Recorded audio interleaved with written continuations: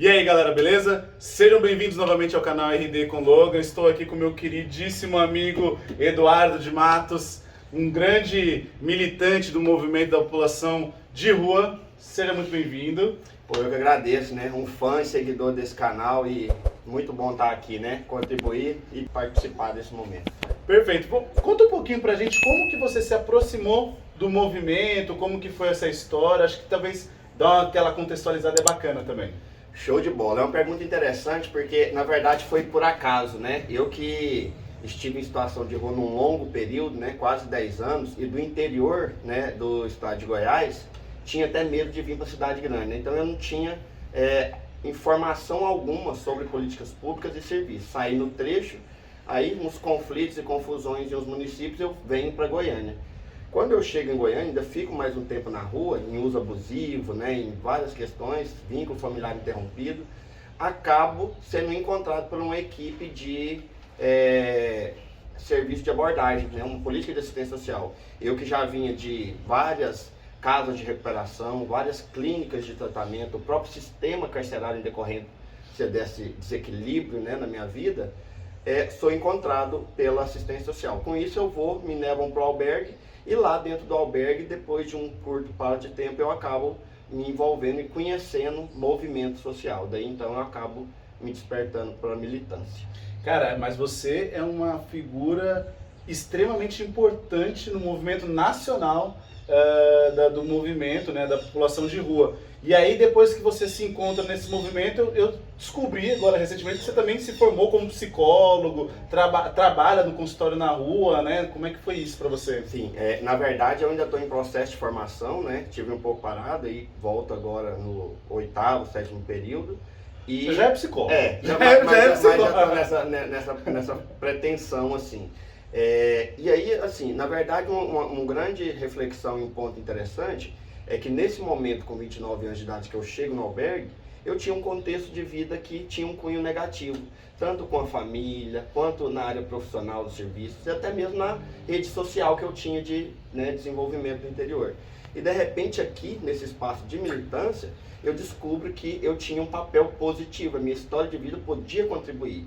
E aí, como Paulo Freire, né, um dos momentos que eu ouço, fala muito, né, da importância de todos os saberes, né, desse compartilhar, e esse meio de formação popular acaba me trazendo aí essa outra percepção de vida do mundo e, consequentemente, da minha própria vida. Cara, essa história é muito, muito, muito importante. E aí você então entra no movimento da população de rua, né? E aí eu queria que você contasse um pouco, né? Como é que é o movimento, qual que é a importância, quais são os, por exemplo, qual que é a pauta principal desse movimento? A pauta principal é o empoderamento do sujeito, né? Para que a gente possa, em coletivo, se organizando, pautar, tanto ocupar os espaços de construção e articulação política, né? Porque é uma política intersetorial, e também essa experiência que é compartilhada, ela então ressignifica a vida do sujeito. Eu não sabia nada de movimento, né? Quando eu chego em 2011, morando dentro do albergue, um convite para ir participar de um encontro lá em Goiânia, lá em Brasília, primeira vez que eu ando de avião e tudo, né? Vou para um hotel, coisa que eu nunca tinha ido. Chego e conheço as pessoas. Eu lembro bem de uma coordenadora que tinha, ela inclusive não está entre nós, mas Maria Lúcia presente, hoje e sempre, né? No coração e na luta da gente. Então ela eu vejo que ali naquele espaço tinham pessoas de anos de rua e que tinham uma vida assim, né, dentro do contexto social bem desenvolvida, bem sucedida, pode-se assim dizer, justamente pela história de vida. Então eu começo a me envolver. E logo nesse viés, numa das falas, eu percebo que havia um cara, né, eu nunca tinha ouvido falar em antropologia, que os antropólogos eram pessoas que ficavam em território para pesquisar e entender a realidade, seja dos índios, da rua. E aí conheci um cara que tinha ido ficar 6 meses na rua e tal, para fazer uma pesquisa, e me toquei. Falei, mano, esse cara, por mais inteligente, comprometido, ético que ele seja, ele pode chegar nos 99%, mas os 100% quem tem de fato, sou eu que vivi nessa história, né? E aí, dialogando com os companheiros, a gente começa a participar desses espaços. É um ponto. Outro ponto, a própria história do desenvolvimento do movimento, né? A gente tem no nosso país, no início dos anos 2000, onde só falavam em sopra e agasalho para os mendigos, uma grande aglomeração cada vez crescente desse público nos grandes centros urbanos. Isso acabou incomodando muito a sociedade, os comerciantes, segurança pública. Então começou a ter uma intolerância e violência extrema contra esse público, né? A gente teve no dia 18 de agosto de 2004 a chacina da Praça da Sé, onde 19 companheiros foram assassinados. Cara, a gente já perdeu, né? Não ainda movimento, a gente já perdeu tudo na vida: casa, comida, trabalho, família. Porque hoje a gente tem a rua, mas nem isso. Vamos então dar um jeito, né? De cobrar, de fazer alguma coisa. Por exemplo, aqui em Goiás, a gente tem várias discussões dentro da faculdade e em vários espaços da periferia, que é para empoderar o sujeito, né, sobre essas questões. Eu aprendi, por exemplo, porque é dessa último degrauzinho da escala hierárquica social, a Revolução Industrial, como traz muita gente para a cidade de forma louca, desenfreada, a gente tem hoje, por exemplo, no nosso desenvolvimento, uma economia muito desigual, onde 50% da nossa economia está na mão de 5 homens brancos, né? 5 CNPJ, um país de predominância preta, 5 CNPJ de homens brancos com mais de 70 anos. E os outros 50% para 210 milhões de brasileiros e brasileiras. Uma conta que não bate. Quando a gente vê esse do 50% para 210, por exemplo, por alto assim, um deputado que vai trabalhar 8 horas por semana vai ganhar 28 mil e alguma coisa por mês. Abaixo dele, uma professora da rede de ensino público, vai trabalhar 40 horas semanais, vai ganhar 2.700 alguma coisa. Abaixo dela, uma operadora de caixa de supermercado, ela vai trabalhar 60 horas semanais, vai ganhar 1.700 alguma coisa e vai descendo. Lá embaixo a gente tem os catadores de material escravo, que trabalham das 7 da manhã às 6 da tarde, ganha 25 centavos por quilo de papelão que ele catar, se ele catar. Então, no último degrau, a gente tem 70,3% de pessoas em situação de rua, trabalhadores que desenvolvem atividades remuneradas não reconhecidas enquanto política de trabalho. Artistas de rua, vendedores de água, vendedores de balas, guardadores de carro, né? Enfim. Então a gente está nesse último degrau. Já em 2005, já acontecia uma organização desse público, que era o Festival Lixo e Cidadania. Então essas pessoas dessa violência de agosto se reúnem até 2005, procuram informação, e vai para lá, reúne em planeia e forma-se então um movimento, né? A princípio para reivindicar segurança pública, né? Por conta dessa violência. Só que ele então percebe, peraí, mas a questão de rua não é só uma questão de violência, ela é também questão de saúde, de assistência, de moradia. E aí forma-se o movimento, reúne-se diversos atores em encontros periódicos, né? Até 2009, 23 de dezembro de 2009, foi instituída a Política Nacional para a População em Situação de Rua, através do decreto 7.053, né? E aí, hoje nós estamos em 18 estados, né? Goiás foi o 12º estado a aderir a esse movimento, não diferente dos demais estados. Goiás também surge a partir de uma série de intolerância e violência contra esse público. No ano de 2012 nós tivemos 47 assassinatos, mais 7 tentativas aqui em Goiânia. Então a gente vai reivindicar esse direito e surge como movimento social. Cara, você contando essa história e como esse canal é de redução de danos, eu não tenho como não unir esses dois temas. Porque a história da redução de danos começa justamente com isso, com um grupo de usuários que se reúnem para poder pensar a política pública, para poder dizer, olha, essa política pública que o Estado está me ofertando é legal, ela é boa, ou ela não é boa, ela não é adequada. E aí eu gostaria de perguntar para vocês, assim, entendendo que é legítimo, vocês precisam dizer o que é importante, o que é bom, o que não é adequado para a população de rua, e qual que é hoje, qual é a pauta mais importante hoje que o movimento busca para a população de rua? Sim, veja bem, a gente tem esse decreto, né? Ele é um decreto intersetorial e multidisciplinar. Que é isso? Intersetorial porque ele acredita a situação de rua, onde um processo onde o sujeito ele entra em desequilíbrio nas diversas áreas da sua vida, e esse ressignificar, né, não necessariamente sair, porque ainda tem gente que tem a opção de essa vida mais, né, solta em situação de rua, embora muita gente não queira estar, a maioria não quer.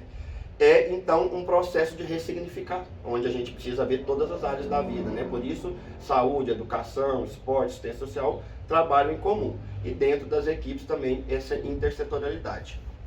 Nesse sentido, a nossa principal pauta hoje é moradia. Por quê? A gente tem, esse decreto é de 2009, nós estamos em 2022, tem mais de 10 anos que nem sequer virou uma lei, e isso diz muito da atenção que foi dada a esse decreto. Então hoje a nossa pauta principal é justamente inverter tudo isso. Nós compreendemos hoje qual que é o contrário de situação de rua. É uma pessoa domiciliada, Uhum. exatamente, né? Então, assim, a gente fica procurando muitas brechas. Ah, vai tratar o cara. Ah, vai arrumar um emprego. Ah, vai não sei o quê. E isso é justamente compreendido, inclusive, em outros países que quase erradicaram a situação de rua. Primeiro, pelo custo-benefício. Esse sujeito em transe, né, ao longo de vários anos de situação de rua, mensalmente sai muito mais caro do que você, de fato, ir lá e der uma casa para ele. Sim. Onde a gente tem... de cara já dá o domicílio e um acompanhamento assistido. Isso não é meramente vai lá e dá, não.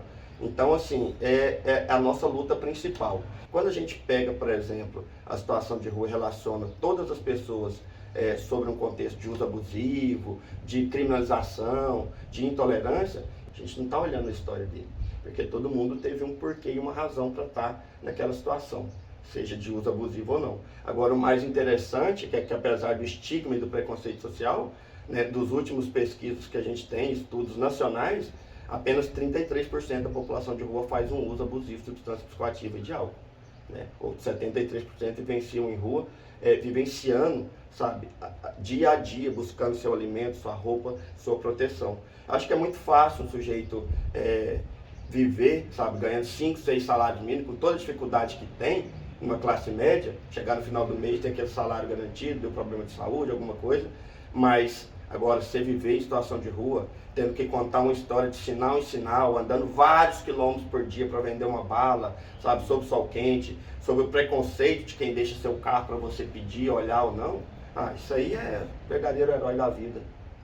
Cara, eu não sei nem o que falar, assim, você foi contando essas histórias e eu tive um período trabalhando na Cracolândia, no centro de São Paulo, e aí é isso, né? Eu acho que o que as pessoas entendem o que é uma pessoa em situação de rua, ou que entende que aquelas pessoas que estão naquela situação é usuário de droga, é usuário de crack, que não é isso. Quando eu estive na Cracolândia, eu vi que isso não era a realidade. Cara, muito obrigado. Só para finalizar um pouquinho, sobre essa questão, né, da moradia, sobre essa questão da pessoa ser usuário de drogas ou não e tal, e essa questão do estigma. Como que você acredita que a gente, só para finalizar, conseguiria, como sociedade, superar essa questão do estigma? O que está faltando, o que está de errado?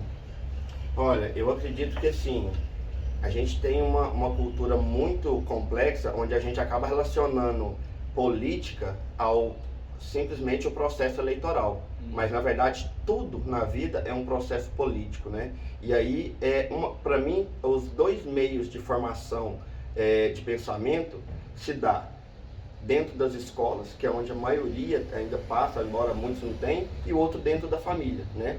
Embora escola talvez já se dê nesse contexto social também, de família também. E aí, uma coisa eu acho que é investimento na educação. Quando a gente tem o golpe da Dilma, né, a primeira coisa que o Temer faz é congelar por 20 anos o investimento na saúde e educação. Os principais meios ou recursos estão mais necessários para o desenvolvimento humano, né? Já pensando em manter. Antes da pandemia a gente vivenciava uma crise de 4 pilares: econômica, social, política e ambiental. Você não vê ninguém falar nisso. Aí veio a pandemia, ela escancarou essa realidade. Mas, por exemplo, os bancos, enquanto o Brasil havia saído já há alguns anos do índice de pobreza e volta da fome, e volta novamente para o índice da fome, os bancos comemoram o seu maior lucro de todos os tempos de existência do nosso país. Então isso é gravíssimo, e eu garanto que a maioria da sociedade nem tem noção disso, porque não teve educação ao longo do desenvolvimento humano. Eduardo, eu gostaria de agradecer demais por essa participação, acho que a galera vai gostar muito. Eu acho super importante esse trabalho que você vem fazendo. Você é uma grande referência do movimento da população de rua no Brasil. E assim, eu não tenho nem como agradecer por você ter participado do canal e ter falado um pouquinho, ter passado um pouquinho da sua experiência. Enfim, eu não tenho como agradecer. Muito obrigado, certo? Valeu demais, irmão. Gente, espero que vocês tenham gostado. Dá aí um like, compartilha, comenta. E é isso aí. Espero que vocês tenham gostado e até a próxima.